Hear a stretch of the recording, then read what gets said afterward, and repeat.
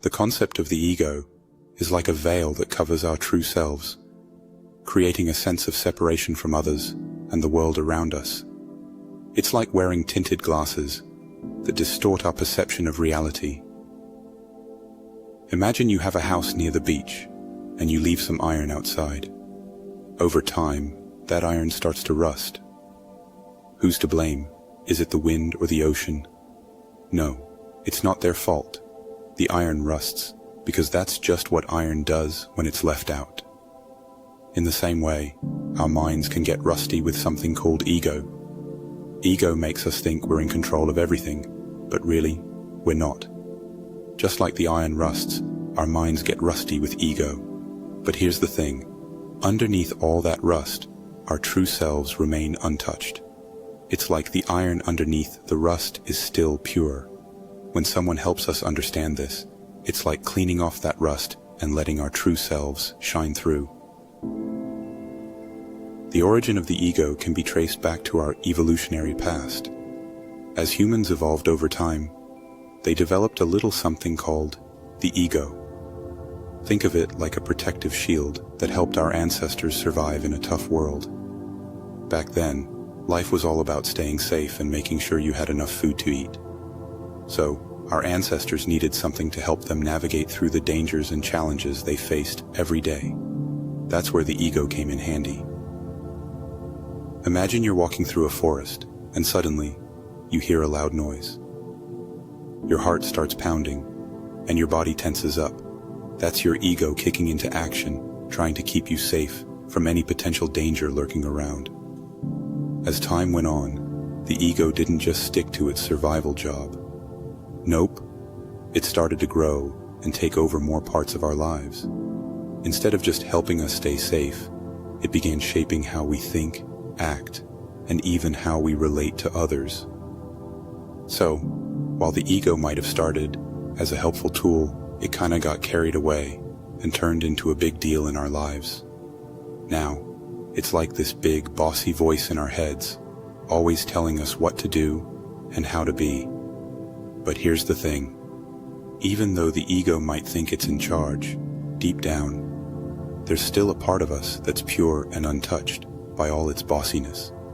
It's like finding a shiny penny in a pile of old coins. It's always been there, just waiting to be discovered. So, when we learn to recognize the ego for what it is, just a leftover survival tool that got a bit too big for its britches, we can start to chip away at its power and let our true selves shine through. And that's when the real magic happens. To overcome the ego, we need to know what it looks like and how it acts. Imagine you're at a costume party. You put on a mask to become someone else, but deep down, you're still you. That's how the ego works. It's like a mask we wear, pretending to be someone we're not. One sign that the ego is at play is when we feel the need to always be right. It's like we're wearing a badge that says, "I know best." But deep down, we might not really know it all. This need to be right can lead to arguments and conflicts, because we're not willing to see things from someone else's perspective. Instead of listening and understanding, we're too busy trying to prove ourselves. Another sign of the ego is when we constantly compare ourselves to others. It's like we're always checking to see if we measure up. But here's the thing. Everyone is different, and that's what makes the world interesting. When we compare ourselves to others, we're basically saying that we're not good enough just as we are. But the truth is, we're all unique and special in our own way. Have you ever noticed how the ego loves to brag? It's like we're constantly trying to show off and make ourselves look better than we really are. But here's the catch. All that bragging is just a way to cover up our insecurities. Instead of being confident in who we are, we're seeking validation from others. But true confidence comes from within, not from the approval of others. Now let's talk about self-awareness and introspection. These are fancy words for getting to know yourself better. It's like taking a closer look in the mirror and really seeing who's looking back at you. By paying attention to our thoughts, feelings, and actions without judging ourselves, we can start to understand why we do the things we do. Meditation is one way to practice self-awareness. It's like taking a time out for your mind. By sitting quietly and focusing on your breath, you can tune in to what's going on inside your head. It's not about trying to stop your thoughts. That's impossible. But rather, it's about observing them without getting caught up in them. Mindfulness is another powerful tool for transcending the ego. It's like being fully present in the moment, without worrying about the past or the future. By paying attention to what's happening right now, we can break free from the grip of the ego and connect more deeply with ourselves and others. Reflection is also important for self-awareness. It's like looking back on your day and thinking about what went well and what could have gone better. By taking the time to reflect on our experiences, we can learn and grow from them. It's not about beating ourselves up for our mistakes. We're only human after all. But rather, it's about using them as opportunities for growth. So, by practicing self-awareness and introspection through meditation, mindfulness, and reflection, we can start to unravel the grip of the ego on our consciousness. It's like peeling back the layers of an onion until we get to the core of who we really are. And when we do that, we can live more authentically and fully, free from the constraints of the ego. Imagine you're walking down the street and you see someone who looks sad.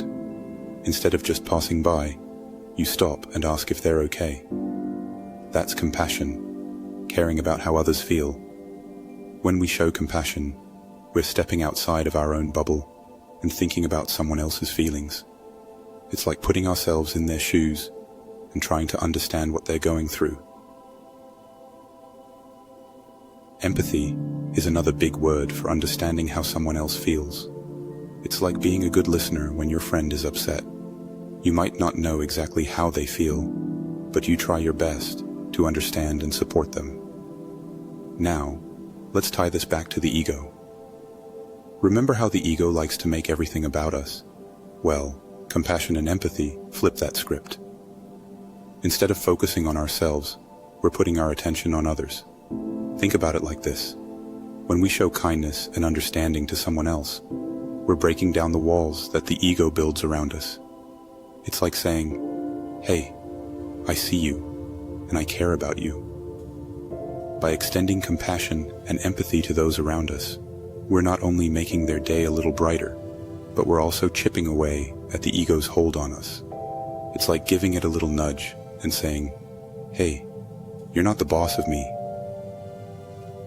So, next time you see someone who could use a little kindness, try reaching out. You might be surprised at how good it feels and how it helps you break free from the grip of the ego. Once we recognize that ego is like the rust on iron, things start to make more sense. You know when you think a problem is huge, but really it's not. That's just like the rust. It's not really a part of who we are. Imagine cleaning rust off the iron. It's like removing the ego from our minds. Suddenly, everything becomes clearer, lighter even. We're not weighed down by all that ego baggage anymore. Think of it this way. We're not defined by the rust or ego on the surface. What truly matters is what's underneath, our real selves. Overcoming the ego isn't easy.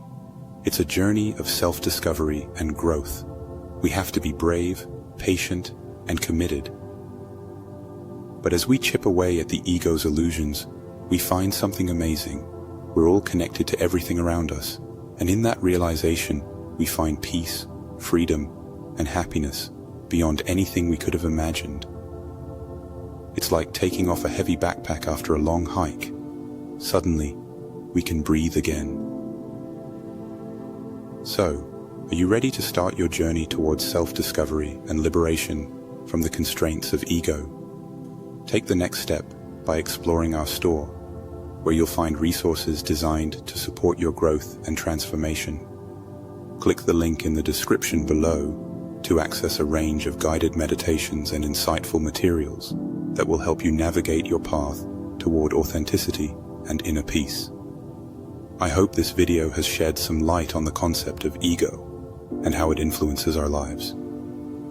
If you've resonated with any of the signs mentioned, I encourage you to take action.